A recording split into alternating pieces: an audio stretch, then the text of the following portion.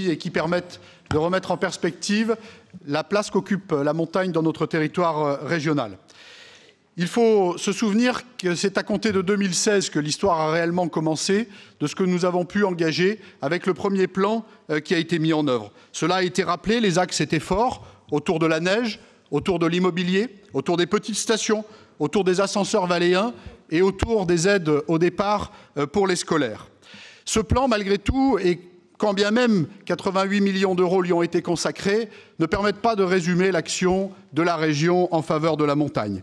Cette action en faveur de la montagne, elle est d'ailleurs remise en perspective de ce qui a été réalisé dans le cadre des schémas de massif, 3, s'agissant de notre région, de ce qui a été mis en œuvre, Monsieur le Président, avec un passage particulièrement remarqué dans le cadre de la SUERA, dont nous assurons la présidence jusqu'à la fin de cette année 2021, et aussi, comme cela a été rappelé, sans doute avec une vision un peu différente, dans le cadre des États généraux qui se sont tenus les 23 et 24 septembre dernier, et pour lesquels nous avons pris une place toute particulière. Mais ça n'est pas tout non plus. Il faut aussi considérer les politiques d'espaces valléens, de stations Valais Pôle de Nature et d'autres AMI Excellence Pleine Nature qui ont été mis en œuvre et qui permettent d'avoir un regard d'ensemble sur le spectre de notre région en faveur des territoires de montagne. Et ça n'est pas tout d'ailleurs, puisqu'il faut aussi considérer, comme cela a été rappelé à la faveur du rapport, les politiques sectorielles de notre collectivité qui viennent servir les territoires de montagne et les stations. On a parlé d'économie, évidemment, on parle d'environnement et c'est bien naturel. Nous n'avons pas parlé de sport et pourtant la place y est importante. Nous avons parlé de tourisme et nous continuerons de le faire. Nous avons très peu évoqué la question de l'agriculture et pourtant elle est présente sur l'ensemble de nos massifs.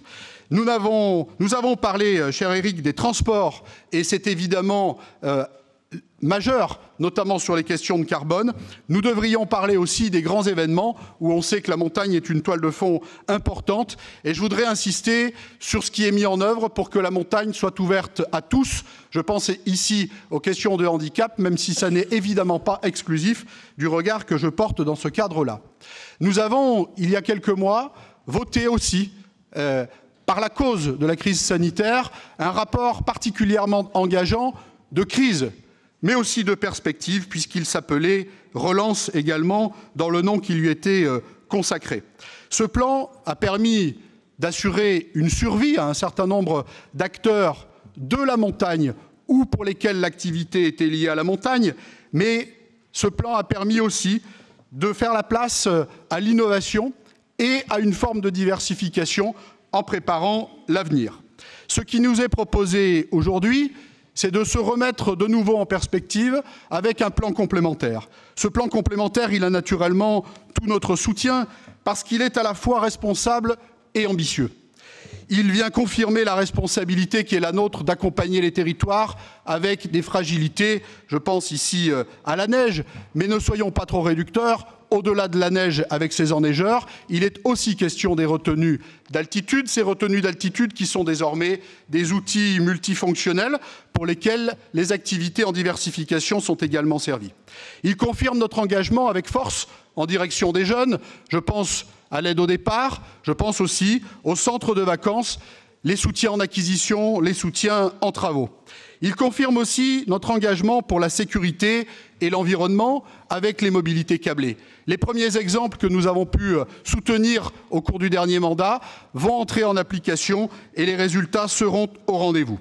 Il prépare aussi l'avenir avec des projets de transition et d'innovation. Je suis obligé de citer ici l'hydrogène, dont nous partageons une volonté très forte dans cette direction, et la montagne aura évidemment toute sa place dans ce cadre également.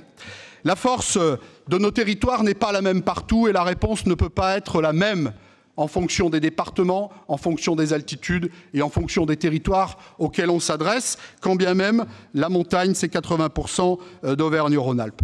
J'ai évoqué déjà les complémentarités des différents dispositifs qui sont mis en œuvre. Il sera de la même manière avec ce plan 2, avec cette ambition nouvelle, avec ce plan qui permet d'assurer l'existant, permet d'assurer aussi la transition et de regarder nos territoires de montagne avec la responsabilité qui doit être la nôtre d'aujourd'hui et de la préparation de ce qu'elle doit être demain. Ce plan, il s'adresse à tous les publics. Il donne une place de choix à la jeunesse, il favorise l'innovation, il accompagne la diversification et il donne toute sa place à la transition. C'est pour cela, Monsieur le Président, que nous allons le soutenir. Merci beaucoup, Fabrice.